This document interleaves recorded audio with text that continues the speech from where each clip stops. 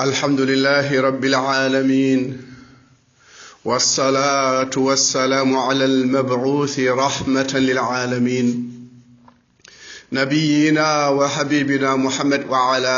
آله وصحبه ومن تبعهم بإحسان إلى يوم التناد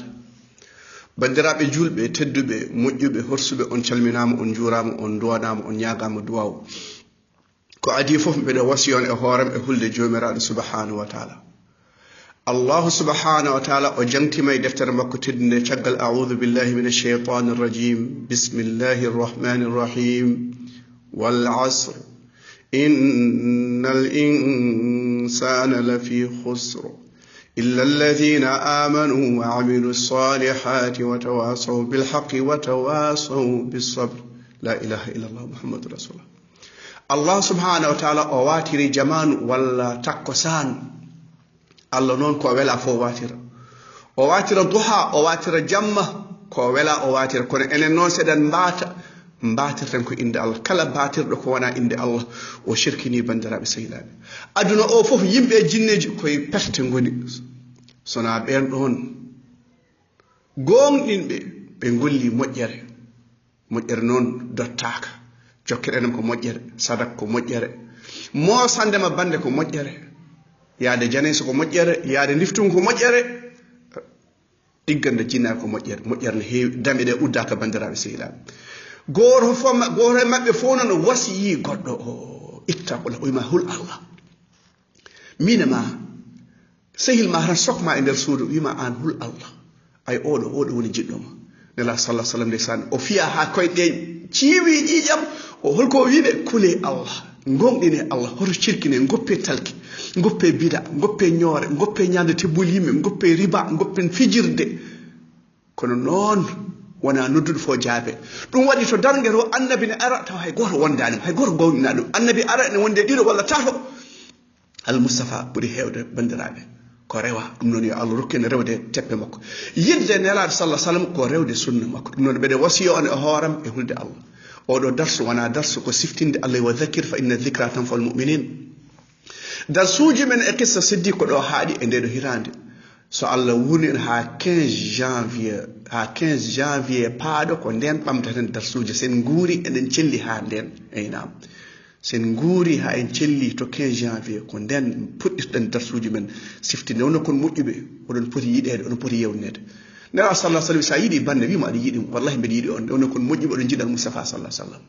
yo Allah yiɗu ɓen yiɗdirɓe sabi Allah noon Allah ne sakka ɓe ɓuuɓɗo makko ñande ganduɗa ɓuuɓde ala sona ɓuuɓde jomiraɗo subhanahu wa taala walaqad wassayna alladhina utul kitaba min qablikum wa iyyakum an ittaqullah Allah wasiyima joom defte adimen ɓe e enen o yen kul Allah hay so ɗi ha makka mbiyeɗa wa tazawwadu fa inna khayra zadi taqwa ay yoɓare duwaw e hulde Allah ɓuuri basel lacciri ay nan koto Allah faya koko mayete ɗum noon seɗen payi to Allah kulen Allah tubanen Allah bandiraɓe seeɗam ɗum waɗa guiɗamamo jiɗɗa al moustapha sallah sallam somo fuɗɗorno dasmako wiyata naoudu billahi min shururi anfusina ko min seyi'ati amalna nelaɗo so wi ene ñaago Allah yo dandumo e bone pittali men bone golle men e la ilaha illallah no foti golluɗen ko moƴƴani no foti golluɗen ko fewani no foti kalɗen ko pewani ɗum waɗi kala ko kalme darsuji ɗi min Ousmane Diam Malik ko feewi hen ko tawfiq Allah ko fewani hen ko min shaytan so mi Allah wi ne wawi taw mi firtirani aya no foti so mi nelaɗo no wi ne wawi taw mi wittani hadith no wawi taw mo lohi ɗum foti ay wonde hen taw komi jumɗo taw komi jegguiɗo Imam Malik o joopima agnere nelaɗo o neɗɗo foti ƴettomi no oppe hayde joom ndeɗo agnere aha koko juumate koko yejjitte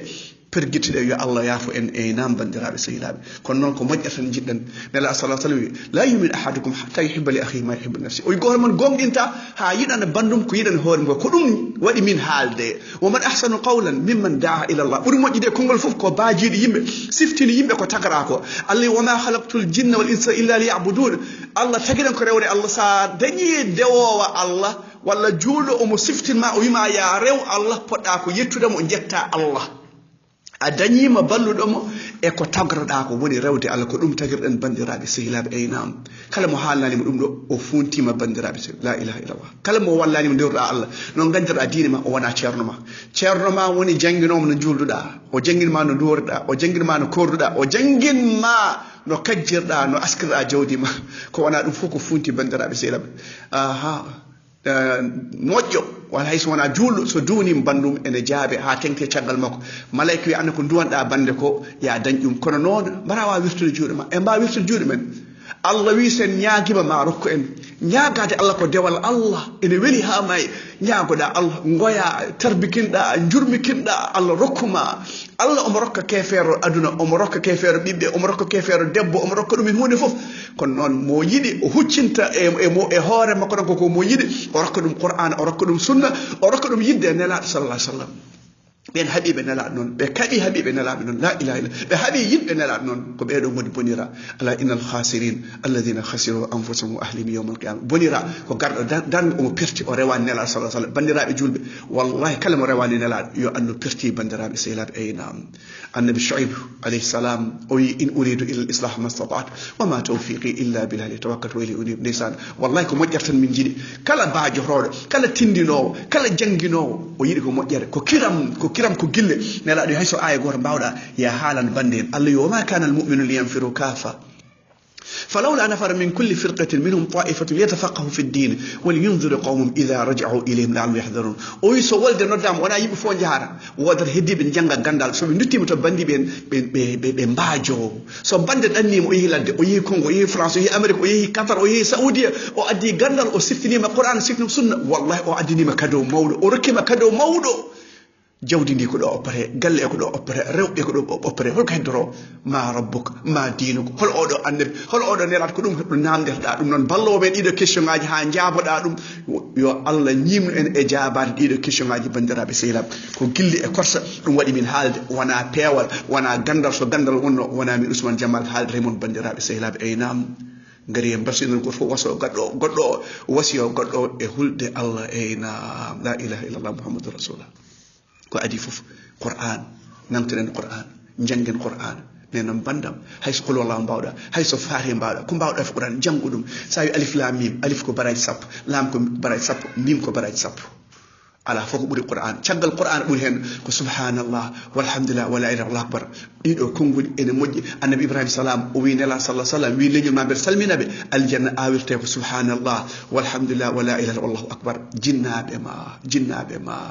ma goppen shirku sa oppi shirku e hakkeji julɓe hakke julɗo wama adraka ma hakke julɗo won garowo dangue bandiraɓe julɓe omo jogui baraji no poti no kaaƴi o ñohi oɗo o ƴettima oɗo o yenni oɗo o ñaami kalis oɗo o jamfima oɗo o ŋooɓi oɗo baraji ɓe toñi ɓe o yoɓa ɗum itte e baraji makko ɓe toñi ɓe bakkaruji men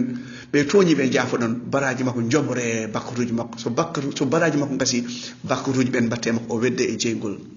Uqba ibn Amir o wi nela sallallahu holko dandata min o wi mo nangu ɗemgal ma jooɗo galle ma woyi bonɗi ma ngara ko en bonɗi men en tooñi Allah noon ko jaaforoɗo bandiraɓe sehilaɓe eynam rabbana la tajal fi qulubina ghillan lilladhina amanu rabbana innaka ra'ufur rahim allahumma ighfir lana wa liwalidayna wa liman lahu haqqun alayna wa lil muslimina ajma'in allahumma tawaffana muslimin wa ahyina muslimin ghayra khazaya wala maftunin subhana rabbika rabbil izzati amma yasifun wa salamun ala المرسلين والحمد لله رب العالمين ولن جعل ولن جافو